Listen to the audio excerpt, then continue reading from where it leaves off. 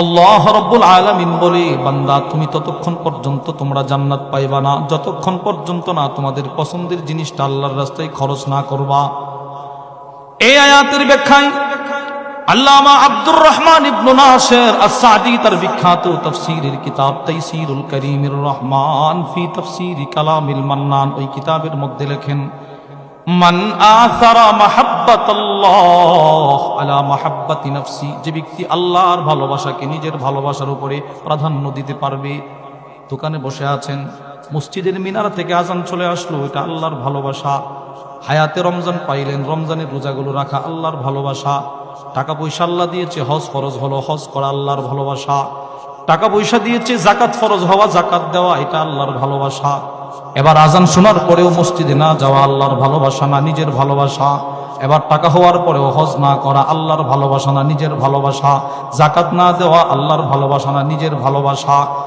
আল্লামা আব্দুর রহমান বলে, যে ব্যক্তি আল্লাহর ভালোবাসাকে নিজের ভালোবাসার উপরে প্রাধান্য দিতে পারবে, ফাকাদ বালাগাদ দিরওয়াতাল উলিয়া মিনাল কামাল, ওই লোকটাকে আল্লাহ তাআলা দুনিয়া আখিরাতে মান সম্মানের মর্যাদার সর্বোচ্চ শিখরে পৌঁছায়া দিবেন। সর্বোচ্চ মর্যাদা আল্লাহর পৌঁছায় দিবে।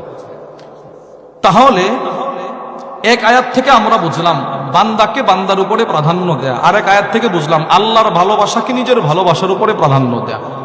এই আয়াতটা যখন নাজিল করা হয়েছিল, সাহাবাদের ভিতরে একটা প্রতিযোগিতার হিরিক শুরু হয়ে গেছে, কে কার আগে আল্লাহর ভালোবাসাকে নিজের ভালোবাসার উপরে প্রাধান্য দিবে।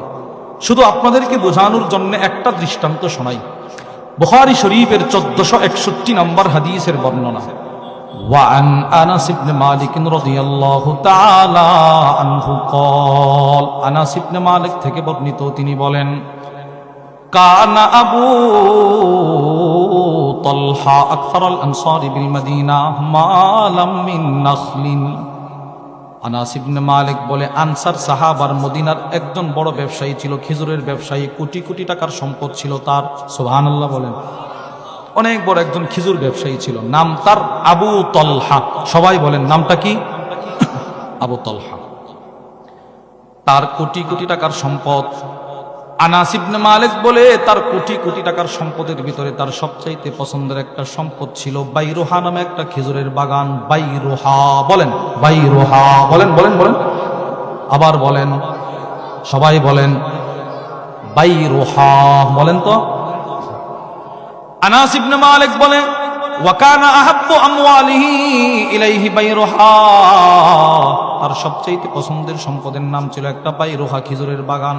প্রশ্ন, কোটি কোটি টাকার ভিতরে ওই বাগানটা কেন সবচাইতে পছন্দের? দুই কারণে। বলেন কই কারণে? এক নাম্বার, ওয়াকানাত মুস্তাকবিলাতাল মসজিদ, তার বাগানটা মসজিদে নববীর সীমানা শেষ, তার বাগানের সীমানা শুরু। সুবহানাল্লাহ। মানে রাসূলের মেহরাবের সীমানা শেষ, তার বাগানের সীমানা শুরু, মসজিদে নববীর একদম সামনে ছিল। দুই নাম্বার, ওয়াকানা রাসূলুল্লাহি সাল্লাল্লাহু আলাইহি ওয়াসাল্লাম ইয়াদখুলুহা ওয়া ইয়াশরাবু মিম্মা ইন ফিহা তাইয়্যিবিন, নবীজি কখনো কখনো মসজিদে নববীতে নামাজটা পড়ায় দৌড় দিয়া এই সাহাবীর বাগানে ঢুকে যেতেন। সুবহানাল্লাহ। এই জন্য সাহাবী বলে, পৃথিবী নয় শুধু কুল কায়নাতের সর্বশ্রেষ্ঠ মানুষটা আমার বাগানে বেশি বেশি আসতেন, এই জন্য আমার বাগানটা আমার সমস্ত সম্পদের ভিতরে সবচেয়ে প্রিয়। সুবহানাল্লাহ। কি পরিমাণ দামি মানুষটা এর বাগানে প্রবেশ করছে। আল্লামা আব্দুল ফাত্তাহ আবু গুদ্দা রাহিমাহুল্লাহ তার বিখ্যাত কিতাব সফহাত মিন সবরিল উলামা আলা শাদাইদিল ইলমি ওয়াত তাহসিল, ওই কিতাবের মধ্যে লেখেন, মা জামা আল্লাহুল খায়রা কুল্লাহু লিআহাদ ইল্লা লিন-নবী সাল্লাল্লাহু আলাইহি ওয়াসাল্লাম, সাত আকাশের যত শ্রেষ্ঠত্ব, সাত জমিনের যত শ্রেষ্ঠত্ব, মিজানের যত শ্রেষ্ঠত্ব, জান্নাতের যত শ্রেষ্ঠত্ব, ফুলসেরাতের যত শ্রেষ্ঠত্ব, পৃথিবীর আগের যত শ্রেষ্ঠত্ব, পৃথিবীর পরের যত শ্রেষ্ঠত্ব, বর্তমান পৃথিবীর যত শ্রেষ্ঠত্ব, সবগুলো একসাথে আল্লাহ তাআলা পৃথিবীর কোন নবীকে দান করে নাই, সবগুলো একমাত্র আমার নবীরে ঢাইলা দান করে দিয়েছে। সব আমার নবীরে দান করছে। এই রাসূলের দাম সবচাইতে বেশি। এজন্য সাহাবী বলে, এত শ্রেষ্ঠত্বের অধিকারীর মানুষটা যখন আমার বাগানে ঢুকে, আমার বাগানটা আমার কাছে সর্বশ্রেষ্ঠ হয়ে গেছে। এবার তাহলে আমরা বুঝলাম এই সাহাবীর সম্পদ কম না বেশি? সবাই বলেন কম না বেশি? আচ্ছা, সমস্ত সম্পদের ভিতরে ওনার সবচেয়ে প্রিয় সম্পদের নাম কি ছিল? মাশাআল্লাহ বলেন বাইরোহা, বলেন বলেন বলেন, সবাই বলেন বাইরোহা। এবার শুনেন, আনাস ইবনে মালিক বলে ফালাম্মা উনজিলাত হাদিহিল আয়া, এই আয়াতটি যখন নাজিল হলো, লান তানালুল বিররা হাত্তা তুনফিকু মিম্মা তুহিব্বুন, এই আয়াতটা নাজিল হওয়ার পর সাহাবী দৌড়া এই সাহাবী নবীজির দরবারে গেলেন, গিয়ে বলতে লাগলেন, ইয়া রাসূলুল্লাহ, কি আল্লাহ নাকি বলছে পৃথিবীর মধ্যে ওই মানুষটা জান্নাতে যাইতে পারবে যে তার পছন্দের জিনিসটা আল্লাহর রাস্তায় খরচ করবে? বলে হ্যাঁ আল্লাহ বলছে। তো নবী গো, আপনি ভালো করে জানেন আমার সবচেয়ে পছন্দের বস্তু হলো বাইরোহা বাগান। রসুল কো জানি তো। ওগো আল্লাহর রসুল, আমার বাগানটা দরকার নাই, পরকালে ওই জান্নাতটার বড় দরকার। ওগো রসুল, ওয়া ইন্নাহা সাদাকাতুল লিল্লাহ, জান আমি আমার বাগানটা এই মুহূর্তে আল্লাহর রাস্তায় সদকা করে দিলাম। তাহলে আপনারা বলেন তো, এই সাহাবী নিজের পছন্দের বস্তু বাইরোহার উপরে আল্লাহর ভালোবাসাকে প্রাধান্য দিছে কিনা? তাহলে দুইটা আয়াত থেকে আমরা বুঝলাম ইসারের ইঙ্গিত, ইসারের দিক নির্দেশনা উদ্বুদ্ধ আল্লাহ কোরআনেও করছেন। এবার কিছু হাদিস শুনব। এক নম্বর, বুখারীর বর্ণনা, وعن أبي موسى الأشعري رضي الله تعالى عنه قال, আবু মুসা আশআরী রাদিয়াল্লাহু তাআলা আনহু থেকে বর্ণিত, তিনি বলেন, নবীজি একদিন সব সাহাবাদেরকে বসায়া আশআর গোত্রের সাহাবাদের একটা সিফত বর্ণনা করেন। সাহাবাদের ভিতরে একটা গোত্র ছিল আশআর। বলেন বলেন আশআর, বলেন বলেন সবাই বলেন আশআর, বলেন। এই আশআর গোত্রের সাহাবাদের একটা গুণ সিফত নবীজি বর্ণনা করে। সিফতটা কি? রাসূল বলে, قال النبي صلى الله عليه وسلم إن الأشعريين إذا أرملوا في الغزو, নবীজি বলে আশআর গোত্রের সাহাবারা যখন যুদ্ধের ময়দানে অভাবগ্রস্ত হয়ে পড়ে, যুদ্ধের ময়দানে যখন এদের খাবার শেষ হয়ে যায়, মনে করেন আশআর গোত্রের 50 জন সাহাবী যুদ্ধের ময়দানে যুদ্ধ করতেছে, 45 জনের খাবার শেষ, 5 জনের কাছে অল্প অল্প একটু খাবার আছে। আল্লাহর রাসূল বলে, ওই লোকগুলো এতটাই ভালো, জামাউ মা কানা ইনদাহুম ফি সাওবিন ওয়াহিদ, ওই 5 জনের খাবারটা একটা চাদর বিছায় আবার তারা 5 জন ঢেলে দেওয়ার পর সুম্মাক্তাসামুহু বাইনাহুম ফি ইনাইন ওয়াহিদ বিসসাবিয়্যা, 5 জনের খাবারটা আবার 50 জন বন্টন করে নিয়ে যায়। নবীজি বলে, এরা এতটাই ভালো, এদের 5 জন ইচ্ছে করলে খাবারগুলো খাইতে পারতো, এরা খায় না। এরা একটা চাদরে বিছায় 5 জনের খাবারটা আবার সমান করে 50 জন অল্প অল্প করে হলেও বন্টন করে নিয়ে যায়। এটা ওনাদের সিফত। এবার রসুলের পক্ষ থেকে এদের পুরস্কারটা শুনে, আল্লাহর রসুল বলে, যেহেতু আশআর গোত্রের ভিতরে এই সিফতটা আছে, সেহেতু তোমরা শোনো, ফাহুম মিন্নি ওয়া আনা মিনহুম, তারা আমার আমি তাদের। সুবহানাল্লাহ। কি কথাটা বলছে রসুল, দেখছেন? নবীজি বলে, তারা দুনিয়াতেও আমার আমি তাদের, আখিরাতেও তারা আমার আমি তাদের।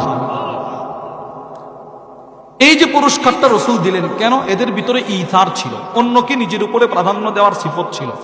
5 জনের খাবারটা 50 জন বন্টন করে খাইছে। 1 নম্বর হাদিস। 2 নম্বর, বুখারী শরীফের বর্ণনা, وعن أبي هريرة رضي الله تعالى عنه قال, আবু হুরায়রা রাদিয়াল্লাহু তাআলা আনহু থেকে বর্ণিত, তিনি বলেন, قال النبي صلى الله عليه وسلم, নবীজি সাল্লাল্লাহু আলাইহি ওয়াসাল্লাম ইরশাদ করে, তুআমুল ইসনাইন কাফিস সালাসা, আল্লাহর রাসূল বলে, 2 জনের খাবার 3 জনের জন্য যথেষ্ট।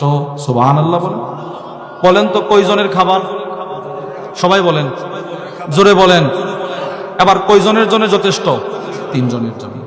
3 জনের খাবার 4 জনের জন্য যথেষ্ট। রাসূল বলেন, এই হাদিসের ব্যাখ্যায় আল্লামা ইবনে বাত্তাল রাহিমাহুল্লাহ তার বিখ্যাত বুখারীর শরহ সহিহুল বুখারী ইবনে বাত্তালের মধ্যে লেখেন, আল মুরাদ বিহাদাল হাদিস আল হাদ্দু আলাল ইথার আলান নাফস, এই হাদিস রাসূল আমাদেরকে শোনানোর দ্বারা উদ্দেশ্য হলো আমরাও যেন একজনকে আরেকজনের উপরে প্রাধান্য দেয়। সুবহানাল্লাহ। বলেন, বান্দা যেন একজন আরেকজনকে প্রাধান্য দেয়।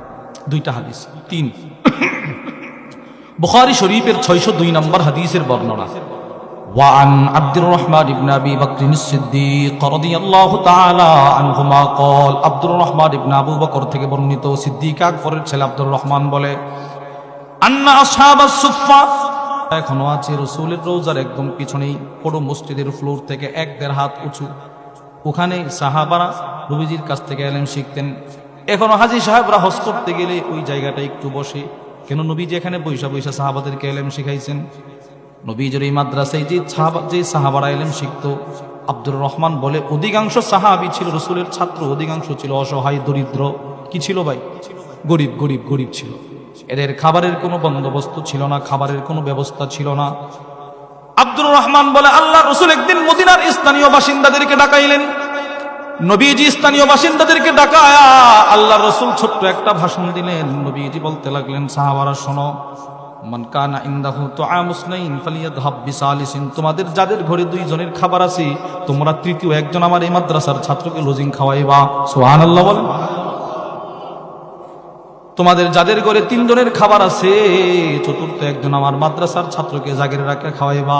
তোমাদের যাদের পাঁচজনের খাবার আছে, ষষ্ঠ একজন আমার মাদ্রাসার ছাত্রকে খাওয়াইবা। নবীজি সকালবেলা এই ভাষণটা দিয়ে চলে গেলেন। আল্লামা ইমাম শামসুদ্দিন জাহাবি রহিমাহুল্লাহ তার কিতাব সিয়ারু আলামিন নুবালার মধ্যে লেখেন, আল্লামা আবু বকর ইবনে আবি দুনিয়া তার কিতাব কিরাত দয়ফের মধ্যে লেখেন, কানা আহলুস সুফফাহ ইদা আমসাউ, রাসূল যেদিন বক্তব্য দিয়ে চলে গেলেন, এদিন যখন সন্ধ্যা হয়ে গেল, মদিনার সাহাবারা নবীজির দরবারে আইসা ইনতালাকার রাজুল বির রাজুল, কেউ আইসা বলে আমার ঘরে দুইজনের খাবার আছে, আমি একজনকে খাওয়াইতে পারো, আমার সাথে ঘরে চলে আসেন। সুবহানাল্লাহ।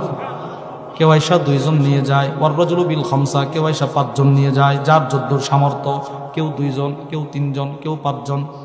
কিন্তু আম্মা সাদ ইবনে উবাদা, নবীজির একজন সাহাবী ছিলেন, নাম তার সাদ ইবনে উবাদা, ফা ইন্নাহু কানা ইয়ানতালিকু বিসামানিনা কুল্লা লাইলা, তিনি প্রতি রাত্রে আয়েশা 80 জন সাহাবীকে নিয়ে যাইতেন খাবার খাওয়ানোর জন্য। বলেন তো কয়জনকে? এবার আপনি বলেন, এই সাহাবী নিজের উপরে অন্য মানুষটি কি পরিমাণ প্রাধান্য দিয়েছে? 80 জনকে প্রতি রাত্রে খাবার খাওয়াইতেন। শুধুই মাত্র 80 জনকে খাবার খাওয়ায় শেষ না, 80 জন সাহাবী তার ঘরে খাবার খায়, আর এই সাহাবী নিজের ঘরের ছাদে ওইটা ভাষণ দেয়। সুবহানাল্লাহ বলেন। 80 জনের মেহমানদারি নিচে চলতেছে, কিন্তু সাহাবী নিজের ঘরের ছাদে দাঁড়ায় ছোট্ট করে একটা ভাষণ দিয়ে বলে, মান আহাব্বা শাহমান ওয়া লাহমা ফালিয়াতি সাআদ ইবনে উবাদা, ও আমার প্রতিবেশী, তোমরা যারা সপ্তাহের পর সপ্তাহ চলে গেলেও গোশত খাইতে পারো না, ভালো খাবার যারা খাইতে পারো না, তোমাদের জন্য আমি সাদের ঘরের দরজা 24 ঘন্টা খোলা আছে। সুবহানাল্লাহ। আসো, আয়সা খায়া যাও, আসো। দেখেন, ইনি পৃথিবীর ইতিহাসে একমাত্র সাহাবী, আল্লাহর রসুল যেদিন মক্কা থেকে হিজরত করে মদিনায় গেলেন, সেদিন থেকে রসুলের লজিং ছিল এই সাহাবীর ঘরে। এই সাহাবী সব সময় ওনার ঘরে একটা খাবারের প্লেট ছিল, প্লেট। এটা নিয়ে বলতেন কি জানেন?